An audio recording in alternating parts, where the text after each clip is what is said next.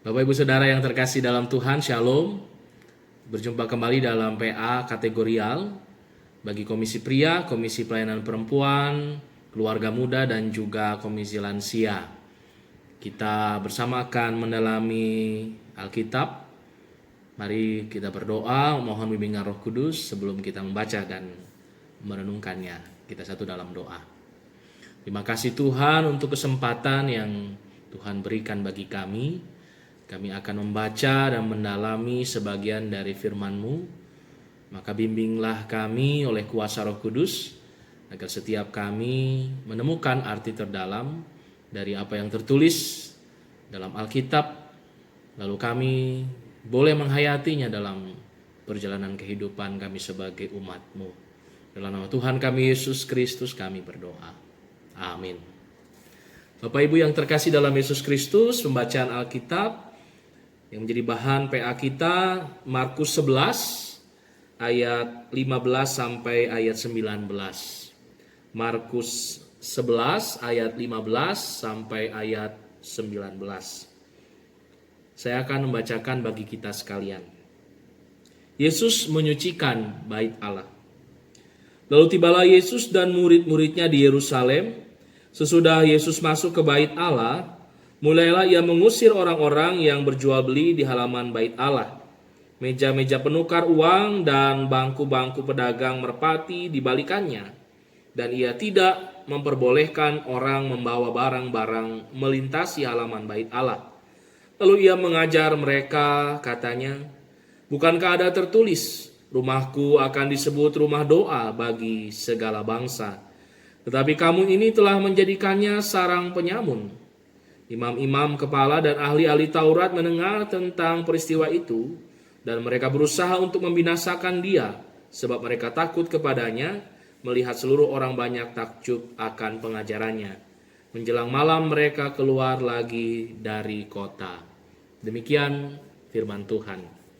Bapak Ibu Saudara yang terkasih dalam Yesus Kristus, teks yang kita baca menunjukkan satu momen di mana Tuhan Yesus datang ke bait Allah dan melihat yang terjadi di halaman bait Allah sungguh membuat Tuhan marah, sampai dibalikan meja-meja, bangku-bangku para pedagang yang ada di bait Allah itu. Cukup ekstrim apa yang kita lihat kalau kita mencoba mengimajinasikan. Bapak Ibu Saudara bisa melihat dalam slide situasi yang terjadi pada saat itu. Namun tentu Bapak Ibu yang terkasih dalam Tuhan, mengapa Tuhan bertindak begitu keras? Pasti ada satu hal yang sangat prinsip yang telah terjadi, yang dilanggar, yang tidak lagi diindahkan oleh umat Allah, dalam hal ini oleh orang-orang Yahudi. Nah, Bapak Ibu Saudara yang terkasih dalam Yesus Kristus, siapakah yang menjadi sasaran utama dari ajaran yang Tuhan nyatakan dalam teks kita? Tentu mereka yang menggunakan halaman bait Allah untuk berjualan. Konteksnya Bapak Ibu Saudara, mengapa orang-orang banyak berjualan di halaman bait Allah? Karena kita bersama-sama mengetahui orang Yahudi yang datang ke bait Allah untuk beribadah, ada dua hal utama yang mereka lakukan. Pertama, mereka akan mempersembahkan korban. Dan paling tidak Alkitab menyebutkan 5 jenis korban. Pertama disebut dengan korban bakaran, yakni korban ungkapan syukur umat atas pendamaian dilakukan oleh Allah. Yang kedua ada korban sajian, yakni korban yang diberikan atas nafkah yang diterima oleh umat Yahudi dari pekerjaan mereka, dari usaha mereka, dari seluruh penghasilan mereka. Mereka mempersembahkan bagi Allah. Kemudian ada yang disebut juga dengan korban keselamatan, di mana ini adalah korban wajib yang diberikan setiap umat Yahudi datang ke bait Allah. Yang keempat ada korban penghapus dosa. Ini adalah korban sebagai wujud kesadaran, penyesalan, dan permohonan dari umat seluruhnya, juga imam tidak terlepas di dalamnya di hadirat Allah yang Maha Kudus. Dan yang terakhir adalah korban penebus salah, yakni korban yang diberikan oleh seorang. Jadi ini bersifat individual, seorang yang kedapatan berbuat salah atau melanggar ketetapan Taurat, maka dia harus menebusnya melalui korban yang disebut dengan korban penebus salah. Nah, jadi Bapak Ibu Saudara, kita melihat ada 5 jenis korban. Dan ini berarti satu peluang besar bagi orang-orang yang memang ingin mencari keuntungan, Bapak Ibu Saudara. Karena bagaimanapun orang-orang pasti akan lebih mudah mereka membawa uang lalu membeli di halaman bait Allah daripada mereka harus membawa korban itu dari rumah mereka. Harus menyeret-nyeret kambing domba, harus membawa merpati dalam kandangnya dan sebagainya. Nah, Bapak Ibu Saudara yang terkasih dalam Yesus Kristus, ini yang menjadikan Yesus marah. Karena umat Israel, umat Yahudi pada saat itu tidak lagi memperhatikan kekudusan bait Allah dan juga makna dari persembahan itu sendiri. Bahwa persembahan itu seharusnya menjadi persembahan yang memang mereka berikan dengan segenap hati mereka, dan itu berarti di dalamnya juga ada kesiapan mereka untuk melakukannya, tidak mengandalkan orang lain atau tidak mencari cara yang lebih mudah, yang lebih instan, sehingga nilai pengorbanan itu hilang dalam sebuah proses atau dalam sebuah pemberian kurban dan persembahan bagi Allah. Nah, tidak hanya itu Bapak Ibu Saudara, selain pedagang-pedagang hewan, ternyata di halaman bait Allah juga ada yang menjual jasa penukaran uang. Untuk apa? Karena umat Yahudi yang datang ke bait Allah, mereka wajib setahun sekali itu membayar uang tebusan sebesar 1/2 shikal. Nah, Bapak Ibu Saudara yang terkasih dalam Yesus Kristus, tidak semua orang memiliki sejumlah uang yang pas, yang tepat. Maka di sana juga ada orang-orang yang menukar uang. Nah, dalam hal ini Bapak Ibu Saudara, saya kira dalam tradisi kita sekarang, dalam kebiasaan kita, kita pun menemukan saat-saat tertentu orang menjual jasa penukaran uang ini. Nah, ini hampir-hampir mirip dengan konteks saat itu. Dan ini pun menggambarkan betapa kehidupan umat Israel, kehidupan umat Yahudi terjebak dalam formalitas. Mereka memberi tidak dengan penghayatan, tapi hanya dengan pemahaman mereka harus membayar itu, sehingga tidak ada sikap diri, sikap iman yang benar di hadapan Allah dalam memenuhi seluruh kewajiban mereka sebagai umat yang beribadah di bait Allah. Nah, Bapak Ibu Saudara yang terkasih dalam Tuhan Yesus Kristus, Yesus mengajar kepada mereka. Jadi Tuhan tidak hanya sekadar marah, tapi Tuhan meluruskan. Yang dikatakan pada ayat 17, dikatakan Yesus mengajar mereka, bukankah ada tertulis, rumahku akan disebut rumah doa bagi segala bangsa, tapi kamu ini telah menjadikannya sarang penyamun. Nah, Bapak Ibu Saudara yang terkasih di dalam Tuhan, bait Allah harusnya menjadi rumah doa. Begitupun ruang-ruang ibadah kita saat ini. Tujuan, fungsi utama dan yang seharusnya diberlakukan adalah sebagai rumah doa. Sebagai rumah doa jelas berarti tempat di mana kita membangun relasi dengan Allah, berjumpa dengan Allah, menyatakan syukur, sembah bakti kita tanpa tercemar, tanpa dinodai oleh kepentingan diri, motivasi yang keliru, apalagi mencari keuntungan. Sebab ketika kita menjadikan bait Allah itu sebagai ruang yang maha kudus, maka di dalamnya hanya ada puji dan sembah bagi Allah, juga doa kita bagi bangsa-bangsa, doa kita bagi orang lain, syafaat kita bagi dunia ini. Nah, Bapak Ibu yang terkasih dalam Yesus Kristus, justru Tuhan menemukan bukan hanya umat, tetapi para imam pun terlibat di dalamnya. Para imam yang justru memanfaatkan juga keadaan. Memanfaatkan ritual ibadah untuk mendapat keuntungan. Dengan memberi izin, tentu ada semacam uang sewa lapak bagi para pedagang itu. Dan ini menjadi bisnis yang menggiurkan, ya, bisnis yang melibatkan bukan hanya umat, tapi juga para imam.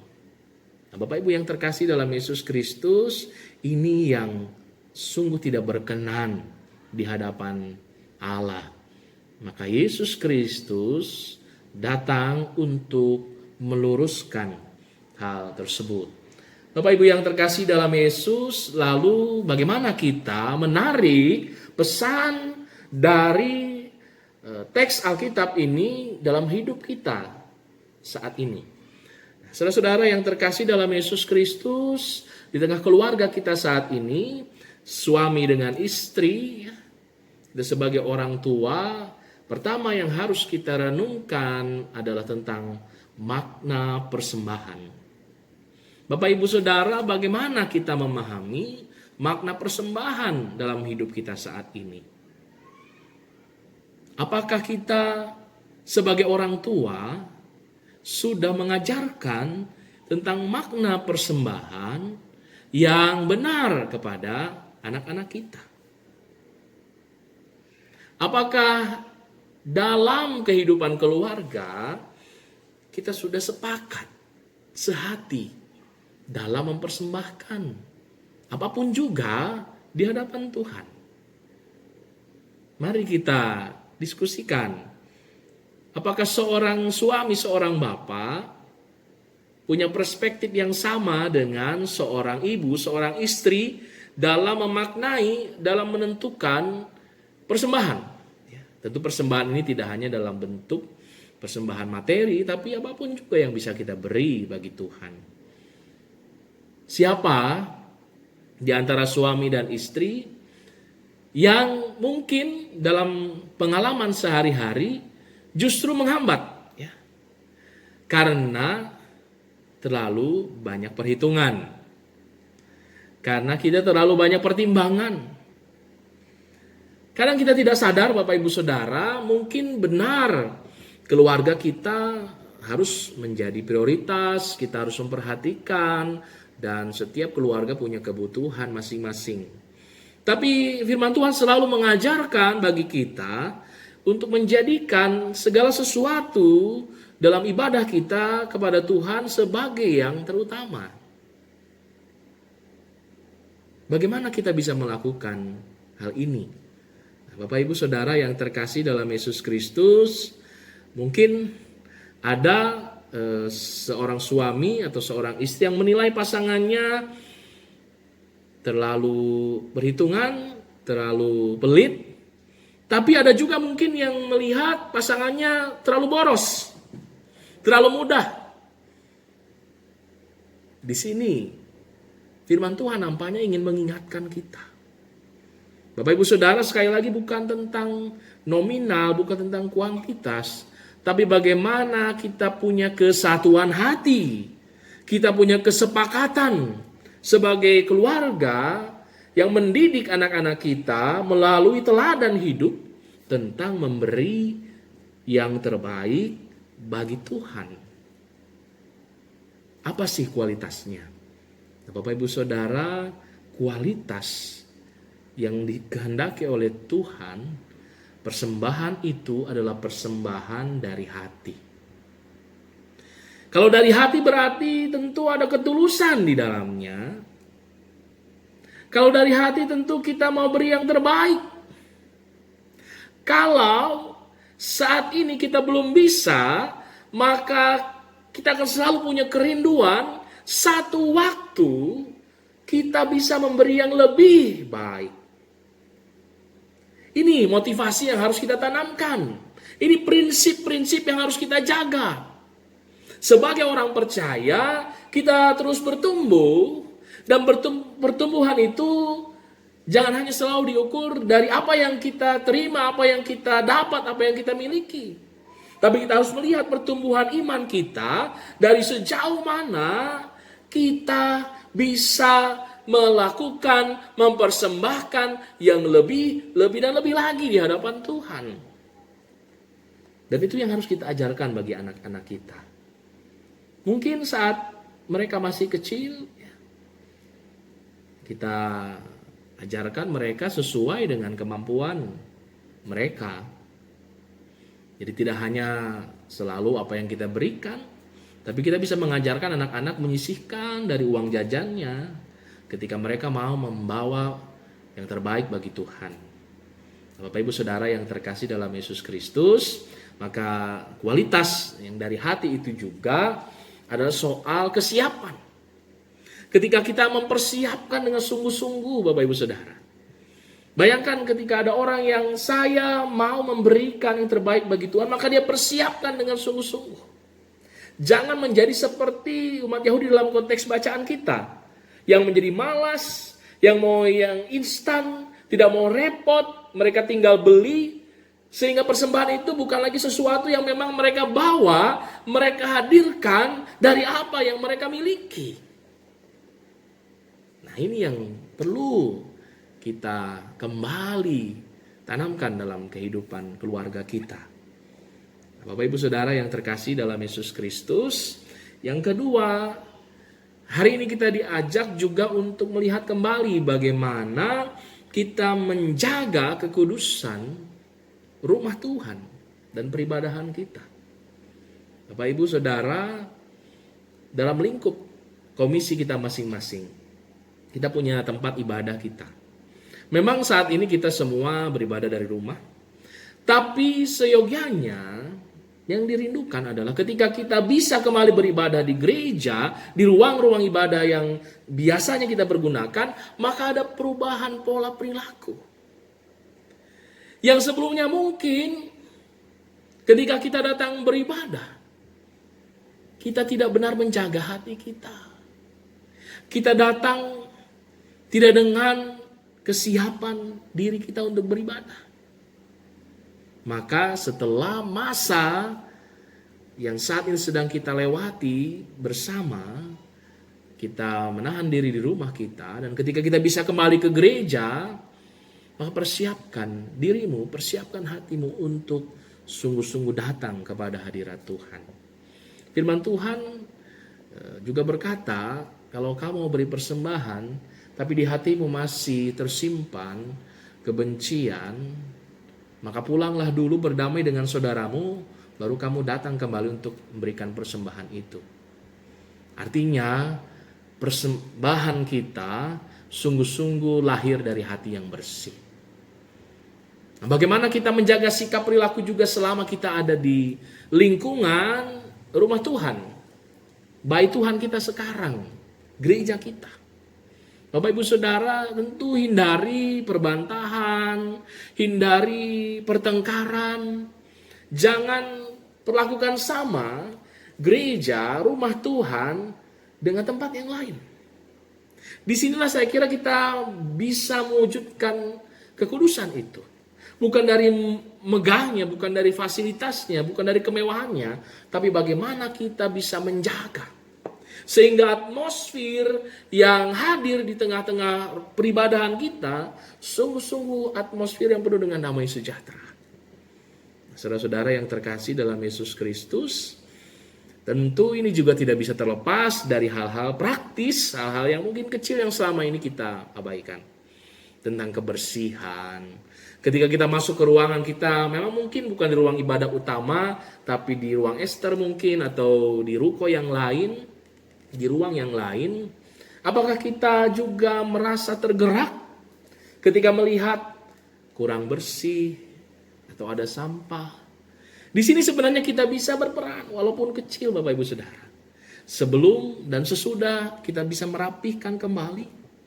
Dan ini bisa jadi teladan yang baik satu dengan yang lain.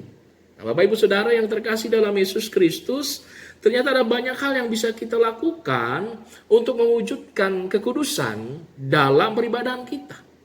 Kekudusan dalam arti menghususkan ruang, tempat, dan aktivitas yang ada memang benar-benar sebagai sembah dan bakti kita di hadapan Allah. Yang ketiga dan terakhir Bapak Ibu Saudara, yakni tentang motivasi dalam melayani.